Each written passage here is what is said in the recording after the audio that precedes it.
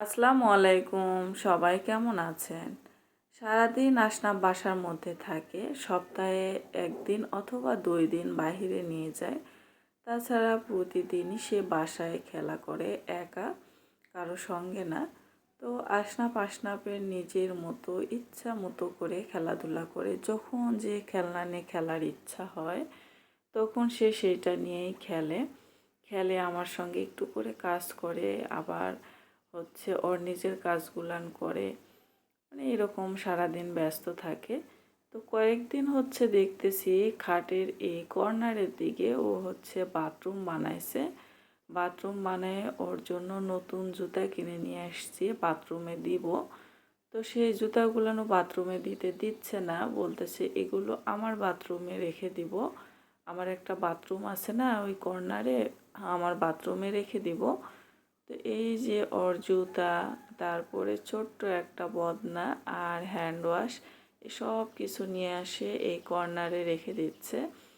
আর ওইটা ওর বাথরুম। খেলতে খেলতে মানে কিছুক্ষণ খেলতেছে, আবার একটু পর পর এসে ওই কর্নারে বসে বাথরুম সারে আবার চলে আসতেছে।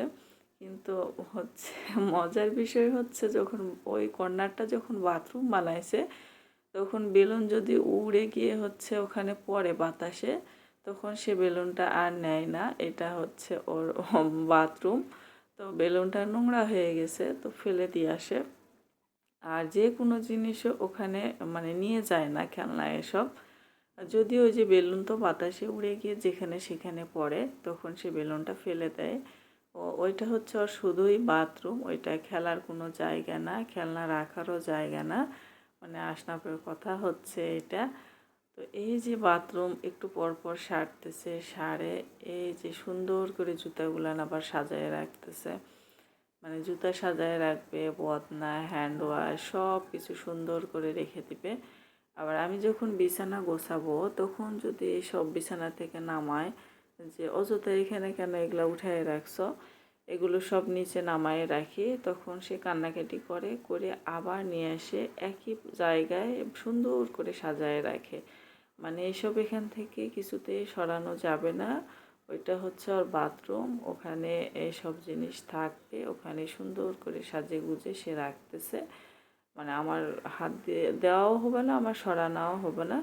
তো এই যে এই নতুন জুতাগুলান, তারপরে ওকে বলতেছি যে খাটের উপরে জুতা উঠায়ও না। যদিও বা জুতাগুলো নতুন, আবার ধুয়েও দিছি, ময়লা নাই, কিন্তু তারপরেও কিছুতেই শুনতেছে না, বাথরুমেও দিচ্ছে না। তো এই যে আসনাপের সুন্দর বাথরুম, ও একটু করে খেলা করে আর একটু করে এসে এখানে বাথরুমে পটি করে চলে যায়, আবার আমাকে গিয়ে বলে। আর আমরা মা ছেলে এই বাথরুম নিয়ে খুব মজা করি, আমার খুবই হাসি পায় আসনাপের বাথরুম দেখে।